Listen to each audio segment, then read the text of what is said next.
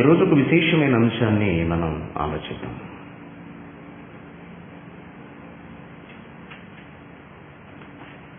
రోమీయులకు రాసిన పత్రిక మొదటి అధ్యాయం. త్వరగా ముగించుకుందాం, చాలా టైం అయిపోయింది. రోమీయులకు రాసిన పత్రిక మొదటి అధ్యాయం 19వ వచనం.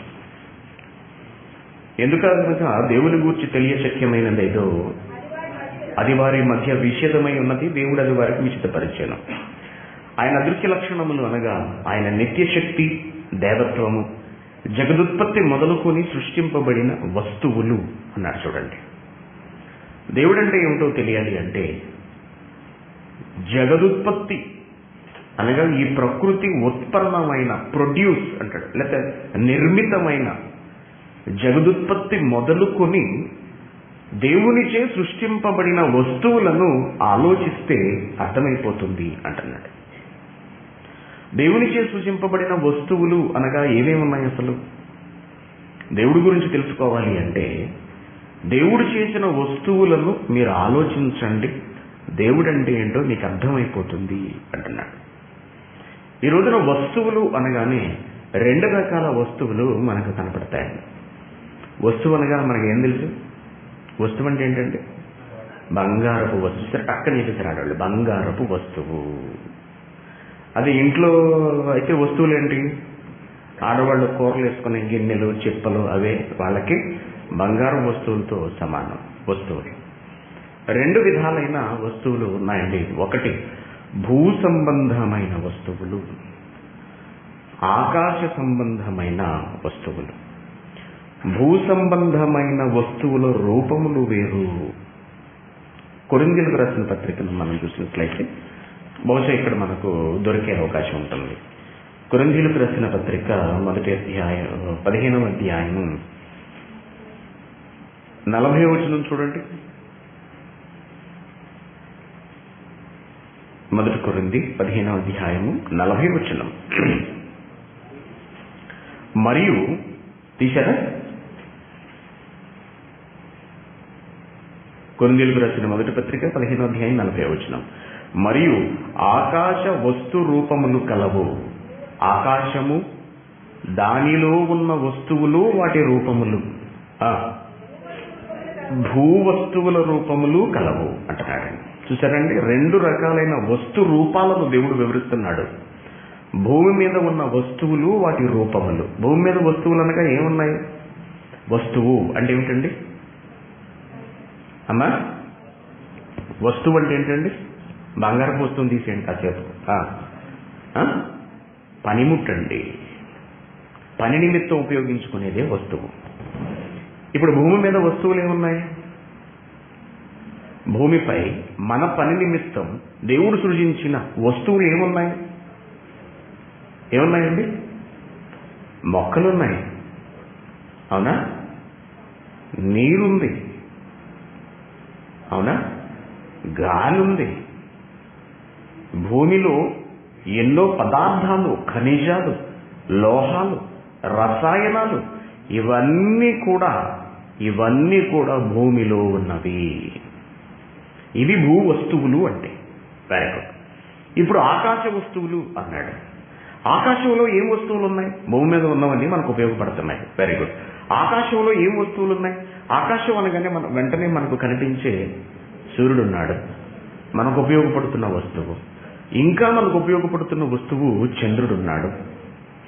ఓకేనా? చంద్రుడి తర్వాత మనకు కనపడుతున్నవి నక్షత్రాలు ఉన్నాయి. ఇవన్నీ కూడా వస్తువులు అంటున్నాడు. Very good. ఇప్పుడు ఆకాశ వస్తువులలో ఉన్నటువంటి ఒక వస్తువు గురించి ఈ రోజున మనం ఆలోచిద్దాం. సూర్యుడు ఉన్నాడు. సూర్యుడు ఒక నక్షత్రం, మనకు దగ్గరగా ఉన్న, అత్యంత దగ్గరగా ఉన్న నక్షత్రం. ఇంత దగ్గరగా భూమికి ఎందుకున్నాడు అంటే భూమి మీద వెలుగు కావాలి, భూమికి వేడి కావాలి.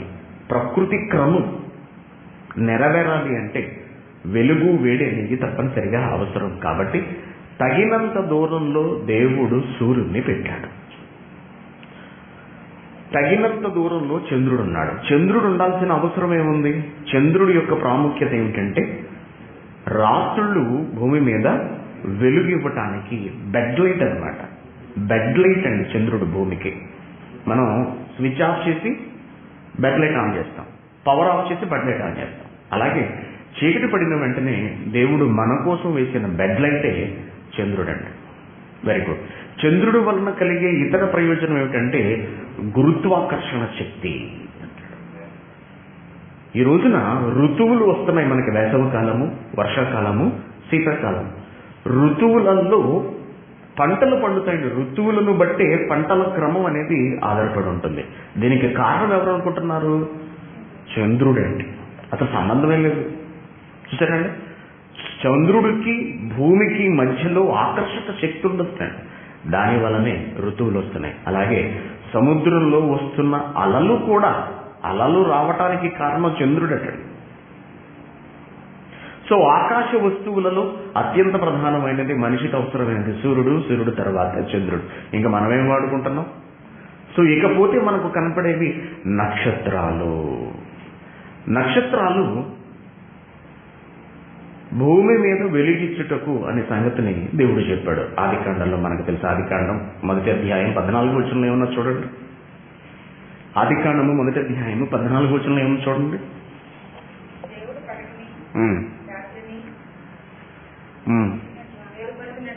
దేవుడు పగటిని రాత్రిని వేరుపరచినట్లు ఆకాశ విశాలమందు జ్యోతులు కలుగునుగా కనియు, అవి సూచనలను, కాలములను, దిన సంవత్సరములు సూచించుటకై, భూమి మీద వెలిగించుటకై, అవి ఆకాశ విశాలమందు జ్యోతులై ఉండునుగా కనియు పలికెను, ఆ ప్రకారమాయను. Very good. నక్షత్రాలు అనే పదాన్ని ప్రయోగించాడండి. ఏం చేశాడట? చిన్న జ్యోతిని నక్షత్రాలను చేశాడట. నక్షత్రాలు అన్నాడు. ఈ నక్షత్రాలకు మనిషికి, భూమి మీద ఉన్న మనిషి మనుగడకు ఏమైనా సంబంధం ఉందా? ఉంది అని మనం వెంటనే చెప్పేస్తాం. దేన్ని బట్టి చెప్పగలము? మీది ఏ రాశి అంటారు. నక్షత్రాల గురించి మనం ఎప్పుడు ఆలోచిస్తూ ఉంటానండి? ఒకే ఒక సందర్భం, దరిద్రం పట్టుకున్నప్పుడు. అవునండి కదా? ఏం బాగుంటలేదండి. ఎందుకు బాగుంటలేదు? అదే అర్థం కావట్లేదు అని ఎవరికైనా చేయి చూపించామనుకోండి, వెంటనే మన నక్షత్రం ధనుస్సు అంటాడు, లేకపోతే కన్య లేదా తుల, మేష రాశి, ఇలా ఏదో ఒక నక్షత్రం పేరు చెప్పేస్తాడు. ఓహో, మన ఫలానా నక్షత్రమా అనుకుంటాం. అప్పుడు మనం అంతకుమించి నక్షత్రాల గురించిన ఆలోచన మనకు రాదు. లేకపోతే హైందవ సంప్రదాయంలో పెళ్లిళ్ళు చేసేటప్పుడు ఆ పురోహితుడు దంపతులిద్దరిని, వధూవరులిద్దరిని బయటకు తీసుకువెళ్ళి, అది కదా అక్కడ కనపడుతుంది చూసారా, అదే అరుంధతి నక్షత్రం అంటాడు. ఎలా తెలుస్తుంది అక్కడ అరుంధతి నక్షత్రం అని? ఏమండి, అది అన్ని నక్షత్రాలు ఎక్కడి నుంచి చూస్తే అలాగే ఉంటున్నాయి. అది అదే కరెక్ట్ కనపడుతుంది అంట. మనం వచ్చేస్తాం, అయిపోయింది. లేదా ఆటో డిస్కషన్ అక్కడ ఎంతసేపు కొనసాగిపోయింది. ఈ రెండు సందర్భాల్లో తప్పించి నక్షత్రాల అవసరత, వాటి గురించి ఆలోచించేంత తీరిక మనిషికి లేదు. కానీ బైబిల్లో దేవుడు రాయించిన ఈ మహాజ్ఞాన గ్రంథంలో నక్షత్రాలను గురించిన వివరణ చాలా ఎక్కువగా ఉంటుందండి. మనిషికి అందనంత దూరంలో, కనీసం పగలు కంటికి కూడా కనబడనంతటి దూరంలో దేవుడు నక్షత్రాలను ఉంచాడు. ఈ నక్షత్రాలను చేయవలసిన అవసరం ఏమొచ్చింది అసలు? పైగా 1, 2 కాదు, చాలా ఉన్నాయి. దేనికయ్యా ప్రభువా తండ్రి అని అడిగితే, నీకోసమే నాన్న వెలిగివటానికి అని ఒక్క మాటలో చెప్పేశాడు దేవుడు. ఇంకా వీటిని సృజించడం వెనుక దేవుని మదిలో ఏవైనా ఆలోచనలు ఉన్నవా అని ఆలోచిస్తే, మనిషికి నక్షత్రాలకు చాలా దగ్గర సంబంధం ఉన్నట్టుగా దేవుడు చెబుతున్నాడండి. భూమి మీద ఉన్న ప్రతి మనిషికి ఆకాశంలో ఉన్న నక్షత్రాలకు చాలా దగ్గర బంధం, చాలా దగ్గర సంబంధం ఉన్నట్టుగా దేవుడు వర్ణిస్తున్నాడు. కొన్ని వచనాలను మనం చూసినట్లయితే, కీర్తనల గ్రంథం 8వ అధ్యాయం 3వ వచనం చూడండి. కీర్తనల గ్రంథము 8వ అధ్యాయం 3వ వచనం. దావీదు గారు రాత్రి శుభ్రంగా భోంచేసిన తర్వాత అలా పడుకుని ఉంటాడండి డాబా మీద. మనం నక్షత్రాలను చూసి చాలా సంవత్సరాలు ఉంటుంది నాకు తెలిసి కోయిట్ వచ్చిన తర్వాత. నక్షత్రాలను మనం అంత నిశ్చితంగా ఎప్పుడు పరిశీలిస్తామంటే ఇంటికి వెళ్ళినప్పుడు. ఒకప్పుడు చూసేవాళ్ళం. భోంచేసిన తర్వాత మడత మంచం చాపు ఏదో వేసుకుని కింద పడుకుంటే పైన ఎన్నో నక్షత్రాలు అలా కనపడుతూ ఉంటాయి. దావీదు గారు కూడా అలాగే నక్షత్రాలను చూసి ఆశ్చర్యపోయాడండి. మామూలు మనుషులు ఆలోచించే విధానం వేరుగా ఉంటుంది, దైవభక్తుడు ఆలోచించే విధానం వేరుగా ఉంటుంది. ఏమంటున్నాడు చూడండి దావీదు గారు. దేవా యెహోవా, మొదటి వచనం, యెహోవా మా ప్రభువా, ఆకాశములలో నీ మహిమను కనబరుచువాడా, ఆకాశములో నీ మహిమను కనబరుచువాడా, భూమి యందంతటా నీ నామము ఎంత ప్రభావము కలది. మూడవచనం, నీ చేతి పని అయిన నీ ఆకాశములను, నీ చేతి పని అయిన నీ ఆకాశములను, నీవు కలుగ చేసిన చంద్ర నక్షత్రములను నేను చూడగా. చూసారా అండి భక్తుడు ఆలోచిస్తున్న విధానం.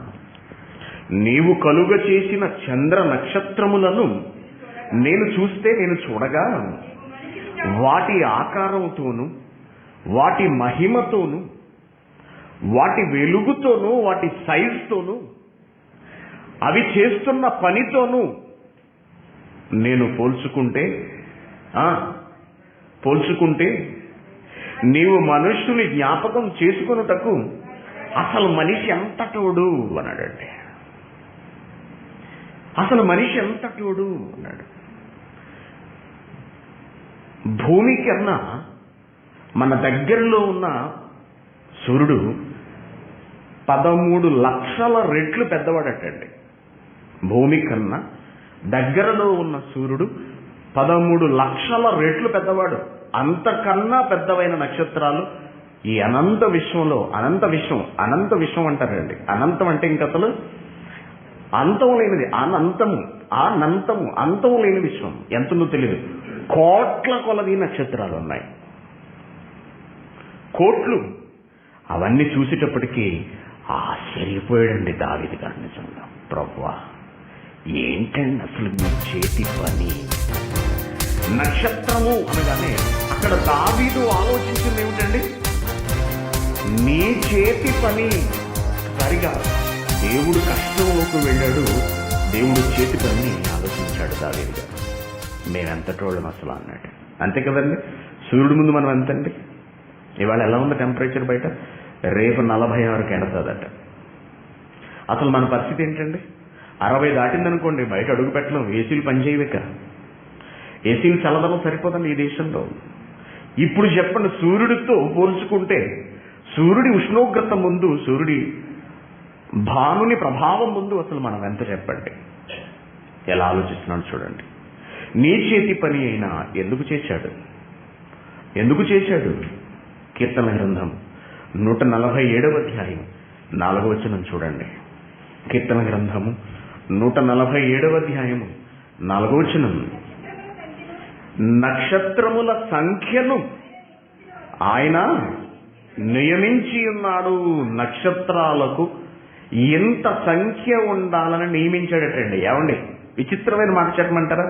ఈ రోజు వరకు శాస్త్రవేత్తలకు సృష్టిలో ఎన్ని నక్షత్రాలు ఉన్నావో తెలియదండి.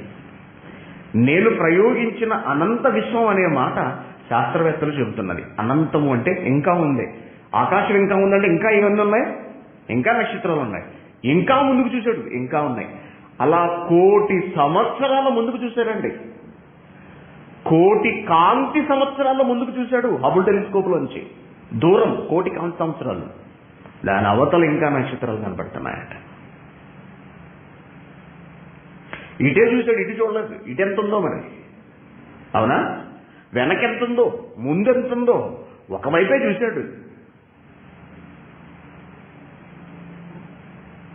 మళ్ళీ చదవండి.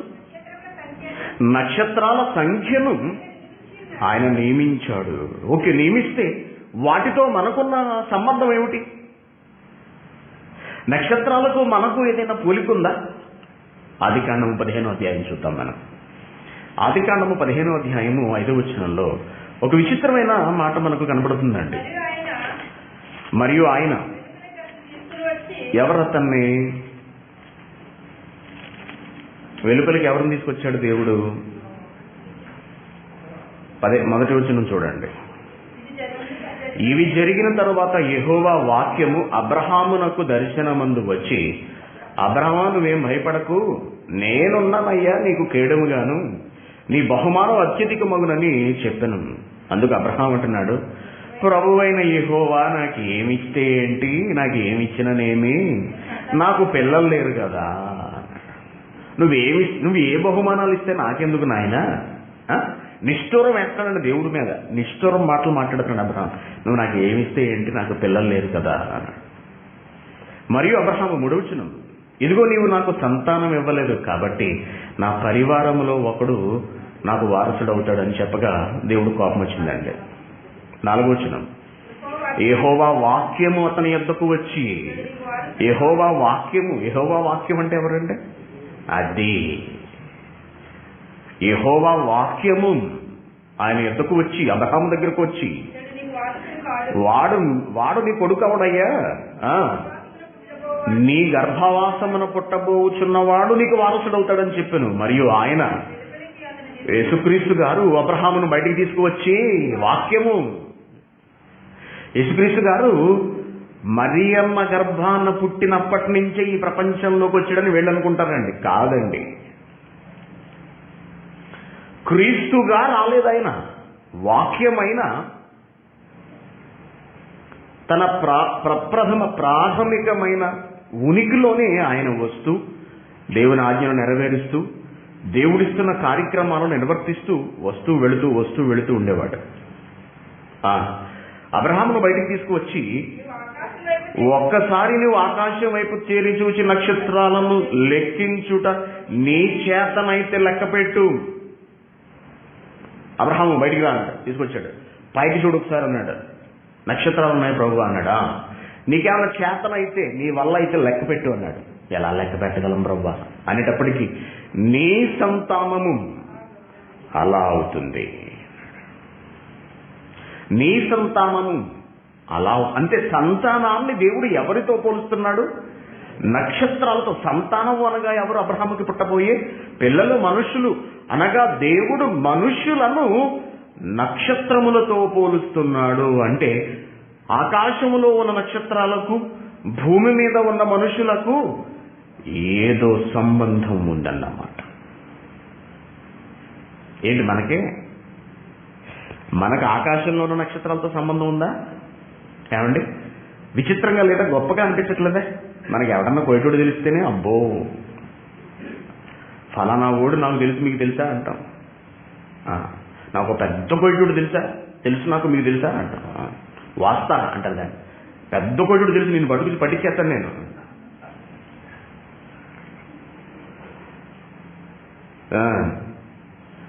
అంటే ఆకాశంలో ఉన్న నక్షత్రాలకు భూమి మీద ఉన్న మనుషులకు సంబంధం ఉంది. 22వ వచనం చూడండి.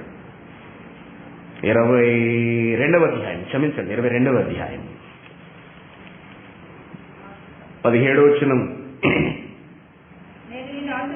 మళ్ళీ అబ్రహాముతో, నేను నిన్ను ఆశీర్వదించి ఆకాశ నక్షత్రముల వలెను సముద్ర తీరమందలి ఇసుక వలెను నీ సంతానము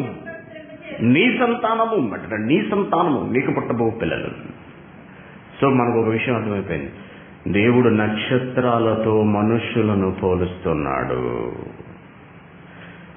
మనలను దేవుడు నక్షత్రాలతో పోల్చి చెబుతున్నాడు. దేవుని పిల్లలారా, దేవుడు నక్షత్రాలను చేయటం వెనుక ఒక ప్రత్యేకమైన కారణం ఉందండి. దానిని దేవుడు చెప్పకనే చెప్పాడు బైబిల్లో చాలా చోట్ల. దేవుడు కొన్ని విషయాలను నేరుగా చెబుతాడండి, కొన్ని ఆలోచిస్తే అర్థమయ్యేలా పెడతాడు. దేవుణ్ణి తెలుసుకోవాలి. ఏమన్నాడు? ఆయన నిత్యశక్తియు దేవత్వము నీకు అర్థం కావాలి అంటే పెన్ను కాగితం తీసుకొని చెప్తాను అనలేదండి. నా గురించి చెప్తాను రాసుకోండి అనలేదు. ఏమన్నాడు? జగదుత్పత్తి మొదలుకొని సృష్టింపబడిన వస్తువులను ఆలోచించు, నీకు అర్థమవుతుంది. మనిషికి కొన్ని విషయాలు నేరుగా చెప్పాడు, కొన్ని విషయాలు ఆలోచించి తెలుసుకోమన్నాడు, కొన్నిటిని చూసి తెలుసుకోమన్నాడు. అలా మనిషి చూసి తెలుసుకుని నేర్చుకోవలసిన వాటిలో అతి ప్రాముఖ్యమైనవే నక్షత్రాలు. ఎక్కడో ఉన్న నక్షత్రాల గురించి ఇక్కడున్న మనం ఏం చూసి తెలుసుకోగలం? అందుకే కొన్ని సూచనలు, కొన్ని హింట్స్, కొన్ని క్లూస్ దేవుడు మనిషికి ఇస్తున్నాడండి. దేవుని పిల్లలారా, ఈ ప్రకృతిలో కోటాను కోట్ల నక్షత్రాలను దేవుడు సృష్టించాడు. ప్రకృతిలో కోటాను కోట్ల మనుష్యులను కూడా దేవుడు సృష్టిస్తున్నాడు. మనుష్యుల లెక్క, ఈ భూమి మీద ఎంతమంది పుట్టుకొస్తారు అనే లెక్క చూడండి. భూమి మీద ఎంతమంది పుట్టుకొస్తారు అనే మనుషుల లెక్క దేవుడి దగ్గర ఉంది. అలాగే నక్షత్రాల లెక్క కూడా దేవుని దగ్గర ఉందండి.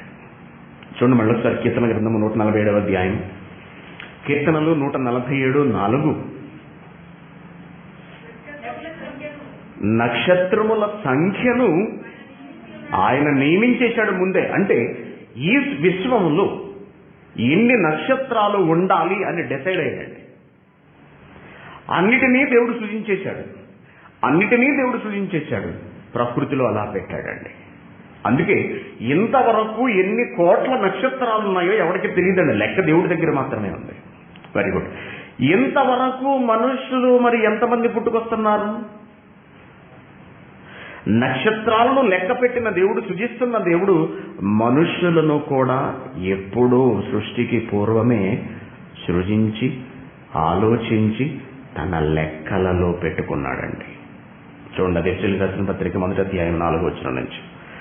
ఎస్ఎల్ రాసిన పత్రిక 1వ అధ్యాయం 4వ వచనం నుంచి. ఎట్లనగా తన ప్రియుని యందు తాను ఉచితముగా మనకు అనుగ్రహించిన తన కృపా మహిమకు కీర్తి కలుగవలెనని తన చిత్త ప్రకారమైన దయా సంకల్పము చొప్పున యేసుక్రీస్తు ద్వారా తనకు కుమారులు కావాలి. ఎంతమంది?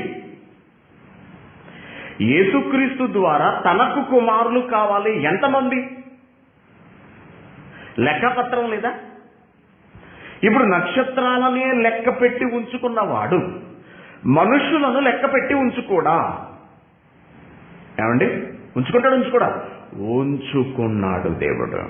ఎట్లనగా తన ప్రియుని యందు తాను ఉచితముగా మనకు అనుగ్రహించిన తన కృపామహిమకు కీర్తి కలుగునట్లు తన చిత్త ప్రకారమైన దయా సంకల్పము చొప్పున యేసుక్రీస్తు ద్వారా మనలను తనకు కుమారులుగా స్వీకరించుటకై మనలను ముందుగా తన కోసము ఇంతమందిని నిర్ణయం చేశాడంట. మనలను ముందుగా తన కోసం అనగా ఎంతమంది తనకు కావాలి అన్నది దేవుడు ముందే డిసైడ్ చేసి ఆ సంఖ్యను అలా పెట్టేసుకున్నాడు. దేవుని ఆలోచనల ప్రకారం, ఆ సంఖ్య ప్రకారమే మనుషులు భూమి మీదకి పుట్టుకొస్తున్నారు. అనగా నక్షత్రాలకు సంఖ్య ఉంది దేవుని దగ్గర. భూమి మీద పుట్టుకొస్తున్న కోటాను కోట్ల మానవాళికి ఆ రోజు నుంచి ఈ రోజు వరకు అందరి లెక్క కూడా దేవుడి దగ్గర ఉన్నది. అనగా నక్షత్రాల పోలిక, మనుషుల పోలిక సరిపోతున్నట్టుగా మనకు అనిపిస్తుందండి. అర్థం లేదా? ఏం ఆరాధన లేదండి మధ్యలోను.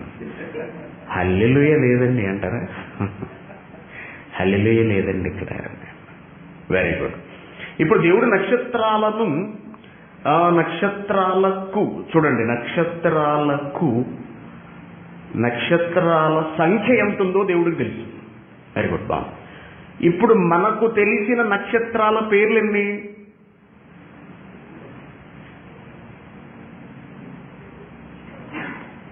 మనకు తెలిసిన నక్షత్రాల పేర్లు ఎన్ని? మీదే నక్షత్రం? మీది ఏ నక్షత్రం? కౌంటింగ్ చేశా, లేకపోతే ఇంకొకటి ఏదో.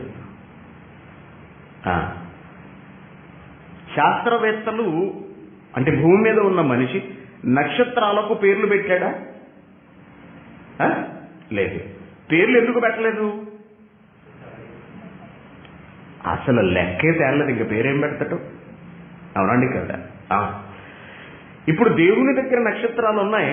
ఆ నక్షత్రాలు ఎన్నున్నాయో దేవుని దగ్గర లెక్క ఉంది. వాటితో పాటు ప్రతి దానికి పేరున్నట్లండి. ఎంత విచిత్రమో చూడండి. ఏంటి అన్ని కోట్ల నక్షత్రాలకు పేర్లు పెట్టేశాడు దేవుడు. 147:4 మళ్ళీ చూడండి. కీర్తన గ్రంథము 147వ అధ్యాయము 4వ వచనం. నక్షత్రాల సంఖ్య దగ్గర ఉంది లెక్క. వాటన్నిటికీ ఒకదాని కూడా విడిచిపెట్టలేదటండి. వాటన్నిటికీ పేర్లు. ఏంటి అన్ని కోట్లు పేర్లా? 2-3 పిల్లలకి పేర్లు పెట్టాలంటేనే తల ప్రాణం తోకొస్తుంది. కనబడినోడికల్లా చెప్తాం, పాస్ అన్నవాడికి మా వాడికో మంచి పేరు చూసి పెట్టండి అని. అన్ని కోట్ల పేర్లు పెట్టాలంటే మాటలా అండి? సంఖ్యతో పాటు వాటన్నిటికీ ఆయన పేరు పెట్టి మరి పిలవాలి కదా. సేవకుడు ఎవరెవరో ఎలా తెలుస్తుంది? నక్షత్రాలు ప్రకృతి అంతా సేవకులు. పిలిచాడంటే పరిగెత్తుకు రావాలంటే పేరుండాలి. పేర్లు పెట్టేటండి. యోబు గ్రంథం చూడండి 38వ అధ్యాయం 31వ వచనం. యోబు గ్రంథము 38వ అధ్యాయం 31వ వచనం. యోబు 38:31 లేదా? మరి చదవండి. కృత్తిక నక్షత్రములను నువ్వు ఆపగలవా? నువ్వు బంధించగలవా? మృగ శీర్షిక కట్లను నువ్వు విప్పగలవా? వాటివా సరిపోతుందన్న. మళ్ళీ చదువు. కృత్తిక నక్షత్రములను అవి పరిగెడుతున్నప్పుడు నువ్వు బంధించి ఆపగలవా? మృగ శీర్షికను కదలకుండా బంధించాను నేను, కట్టేశాను నేను. దాని కట్టు నువ్వు విప్పగలవా? అంటే ప్రతి నక్షత్రానికి పేరుంది. దేవుడు ఎలా వివరిస్తున్నాడు చూడండి. మృగశీర్షిక, కృత్తికము, సప్తర్షి. అదెక్కడుంది? సప్తర్షి నక్షత్రములను వాటి ఉపనక్షత్రములను నీవు నడిపింపగలవా అంటున్నాడు. సప్తర్షి నక్షత్రములు, వాటి ఉపనక్షత్రములు. ఎంత బాగుంది చూడండి. దేవుడు ఎంత లెక్క, ఎంత పక్కగా ఉంచుకున్నాడు. ఇప్పుడు మనకి పేరు లేవా? భూమి మీద వచ్చేవాడికి పేరు లేవా? భూమి మీద ఉన్న మనుషులకు పేర్లు లేవా అండి? ఉన్నాయా లేవా? ఎన్ని కోట్ల మంది వచ్చినా ప్రతి ఒక్కడికి పేరు. Very good.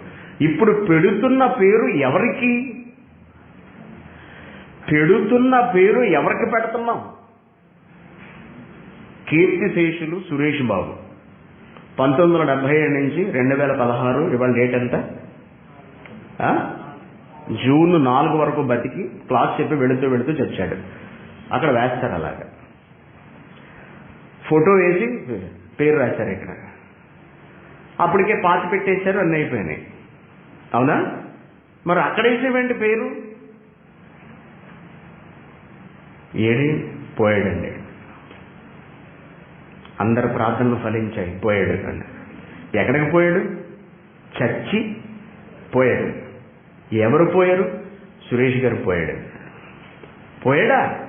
పోయాడు. మరి కప్పెట్టింది ఎవరిని? మట్టిలో పెట్టింది ఎవరిని? ఎవరి శవాన్ని? సురేష్ శవాన్నా? మరి సురేష్ లేడా? లేడు. ఎక్కడికి వెళ్ళాడు?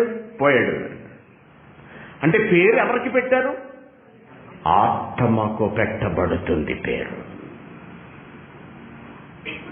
మనం పెడుతున్న పేర్లు ఆత్మలకు, శరీరాలకు కాదు. అర్థమైనా లేదా? అందుకే ఎవరిని శత్రువు అనే పాఠం కొత్త సంచిక 4వది రిలీజ్ అయింది నిన్న. తీసుకుని చదవండి. ఎవరిని శత్రువు అనే పాఠం. దానిలో పూర్తిగా శరీరం ఆత్మను విభజించి చూపించాను. దేవుని పిల్లలారా, ప్రతి ఆత్మకు పేరుంది, ప్రతి నక్షత్రానికి పేరుంది. Very good. ఇంకా కాలాలు మళ్ళీ 38 చదవండి. దాని యోబు గ్రంథము 38వ అధ్యాయం 32వ వచనం. వాటి వాటి కాలాలలో, అన్నీ ఒకే కాలంలో కాదండి. ఈ నక్షత్రాలు అన్నీ ఒకే కాలంలో కదిలి వెళ్ళిపోవు అంటున్నాడు. కాలాలు ఉన్నాయి, వాటి వాటికి నియమించిన కాలాలు ఉన్నాయి. వాటి వాటి కాలములలో నక్షత్ర రాసులు వచ్చినట్లు నువ్వు చేయగలవా అంటున్నాడు. అనగా నక్షత్రాలు వచ్చే కాలం ఉంది, భూమి మీదకు మనిషి వచ్చే కాలం ఉంది. మనం ఈ కాలంలో పుట్టాం, మనం ముందు కాలంలో పుట్టేలేదు. ఈ కాలంలోనే ఎందుకు పుట్టాము? ఈ కాలంలో పుట్టాలని దేవుడు నిర్ణయించాడు. కాబట్టి వాటి వాటి కాలాలలో ఏంట తోకచుక్క హేలి రోజు వచ్చేదండి. ఎప్పుడు వస్తుంది? 14 సంవత్సరాలకు ఒకసారి, 14 ఏళ్ళకైనా 14 ఇయర్స్కి ఒకసారి తోకచుక్క వస్తుంది. నక్షత్రాలు అన్నీ కూడా వాటి కదలికలు ఎప్పుడు పడితే అప్పుడు జరిగిపోవండి. దేవుడు నియమించిన కాలం ప్రకారం అది వస్తూ ఉంటుంది. అలాగే మనుషులు అపొస్తలుల కార్యములు 17-26 నుంచి చూద్దాం మనం. అపొస్తలుల కార్యములు 17-26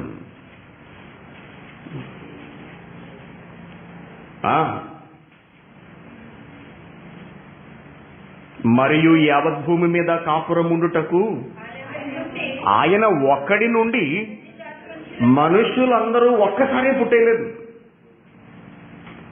చూశారా అండి? మొదటి మనిషి నుంచి భూమి మీద ఉన్న కోటాను కోట్ల మనుషులు ఒక్కసారిగా పుట్టేయలేదు. వారి వారి కాలాలలో వాళ్ళ పుట్టుకొస్తున్నారు. మొదటి మానవుడు వచ్చిన తరువాత 4000 సంవత్సరాలకి ఇంచుమించు యేసుక్రీస్తు గారు పుట్టారండి. యేసుక్రీస్తు గారు పుట్టిన 1777 సంవత్సరాల తర్వాత నేను పుట్టాను.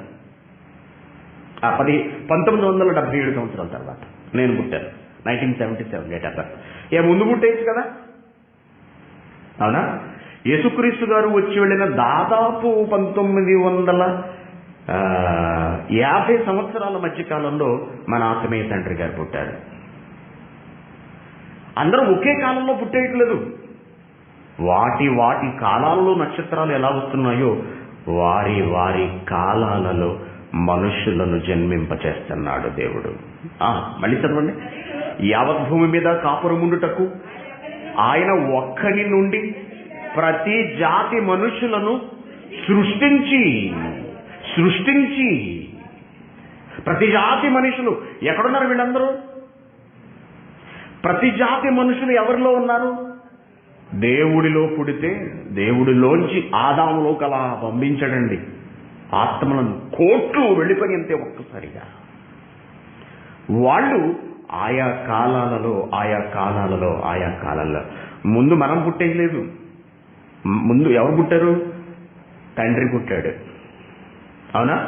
తర్వాత ఎవరు మనం పుట్టాం. తండ్రికి ముందు ఎవరు పుట్టారు? తాత పుట్టాడు. చూసారా? అంటే కోట్ల సంవత్సరాల క్రితం దేవునిలో పుట్టిన మనిషి కోట్ల సంవత్సరాల అనంతరం మొదటి మానవుడైన ఆదాములోకి వచ్చి అక్కడి నుంచి 1000 సంవత్సరాల అనంతరం ఈ టైంలోనే మనం పుట్టాలి. ఈ టైంలో, ఈ కాలంలోనే నేను పుట్టాలి. ఇది దేవుని ఆలోచన. ఈ కాలంలోనే పుట్టాలి. ఎవరి కాలంలో పుట్టాలి? జయశాలి పిడి సుందర్రావు గారు పుట్టిన కాలంలోనే సురేష్ పుట్టాలి. ఇది ఆయా కాలములలో ఏమంటాడు? నక్షత్రాల గురించి మాట్లాడినప్పుడు ఏమన్నాడు? వాటి కాలము, నేను రావలసిన కాలం ఇది. ఆయన ఎప్పుడు అదే అంటాడండి తండ్రి గారు. నాయన, నిన్ను పుట్టించినప్పుడే మిమ్మల్ని కూడా పుట్టించాడు, అందులో నువ్వు కూడా పుట్టావు. మనందరి ద్వారా ఈ పని జరగవలసి ఉంది. అందుకే నేను పుట్టిన కాలంలో, నేను బ్రతుకున్న కాలంలో నిన్ను పుట్టించాడు దేవుడు. ఇంకో భాషలో పుట్టేస్తుంటే నరకం. అమెరికాలో పుట్టేస్తుంటే నరకం. తెలుగు భాషలో బైబిల్ యొక్క మహాజ్ఞానం, బైబిల్ పరిమళం దేవుడు ఈ లోకంలోనికి తిరిగి వెదజల్లింప చేస్తున్న ఈ ఉన్నతమైన ఈ కాలంలో ఆ మహానుభావుడు పుట్టిన కాలంలో నన్ను పుట్టించాడు. ఇదండి ఆయా కాలాలలో. Very good. ఇప్పుడు చాలా జాగ్రత్తగా ఆలోచించండి. దేవుడు నక్షత్రాలను చేశాడు, మనుషులను చేస్తున్నాడు. దేవుడు నక్షత్రాలకు సంఖ్య నియమించాడు, మనుషులకు సంఖ్య నియమించాడు. దేవుడు నక్షత్రాలకు పేర్లు పెడుతున్నాడు, మనుషులకు పేర్లు పెడుతున్నాడు. ఓకేనండి. ఇప్పుడు నక్షత్రాలకు కొన్ని రూల్స్ అండ్ రెగ్యులేషన్స్ ఉన్నాయి. మళ్ళీ చదవండి యోబు గ్రంథము 38వ అధ్యాయము 38వ అధ్యాయము యోబు గ్రంథము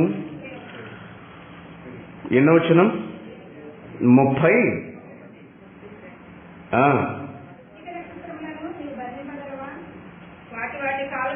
వాటి కాలములలో నక్షత్ర రాసులు వచ్చున్నట్లు కాదన్న. 33వ వచనం ఆకాశ మండలములో ఏమున్నాయి? ఆకాశ మండలంలో నక్షత్రాలు ఉన్నాయి. ఈ ఆకాశ మండలానికిలో నక్షత్రాలు ఉన్నాయి. ఆ నక్షత్రాలకు కొన్ని కట్టడలున్నాయి. కట్టడం అంటే ఏంటండి? కట్టడలంటే ఏంటండి? కట్టడలంటే ఏమిటి? వింటున్నారా అందరూ? శ్రద్ధగాను దిక్కులు చూస్తున్నారా? అందరూ వింటున్నారు లేదా? 10:30 అయింది. ఆర్చిస్తున్నాం ఇంకా.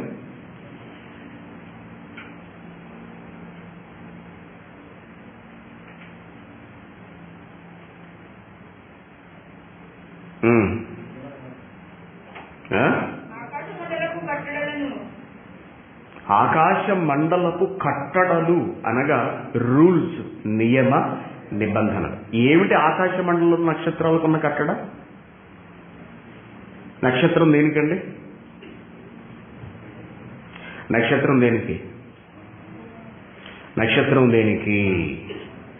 భూమి మీద వెలుగివ్వటానికి. ఇది దాని కట్టడ. నువ్వు వెలగాలి. రూలు పెట్టాడు. ఎక్కడి నుంచి వెలగాలి? భూమికి దగ్గరగా వచ్చి వెలిగేస్తానంటే కుదరదు. నిన్ను ఎక్కడ పెట్టాను నువ్వు అక్కడ వెలగాలి. ప్రభువా ఎంతకాలం? నేను చెప్పేంత వరకు వెలగాలి. మండిపోతుంది అసలే వేసవకాలం, ఉడుకు తట్టుకోలేకపోతున్నాం. భయంకరమైన కొంతమంది చూసారండి, టెంపరేచర్ ఎక్కువ, నాది వేడి శరీరం అంటారు. అలాగా ఇట్ సెల్ఫ్ నక్షత్రమే భయంకరమైన అగ్నిగుండం, అగ్నిగోళం నక్షత్రం అంటే. ఎంతకాలం ప్రభువా ఈ అగ్ని మంటలు గందరగోళం అంట. నేను చెప్పేంత వరకు నువ్వు వెలుగు తగ్గటానికి వీల్లేదు, ఆరిపోవటానికి వీల్లేదు అన్నాడు. అలా చచ్చినట్టు దేవుడు ఇచ్చిన పని పూర్తయ్యేంత వరకు వెలగవలసిందే. ఇది కట్టడా.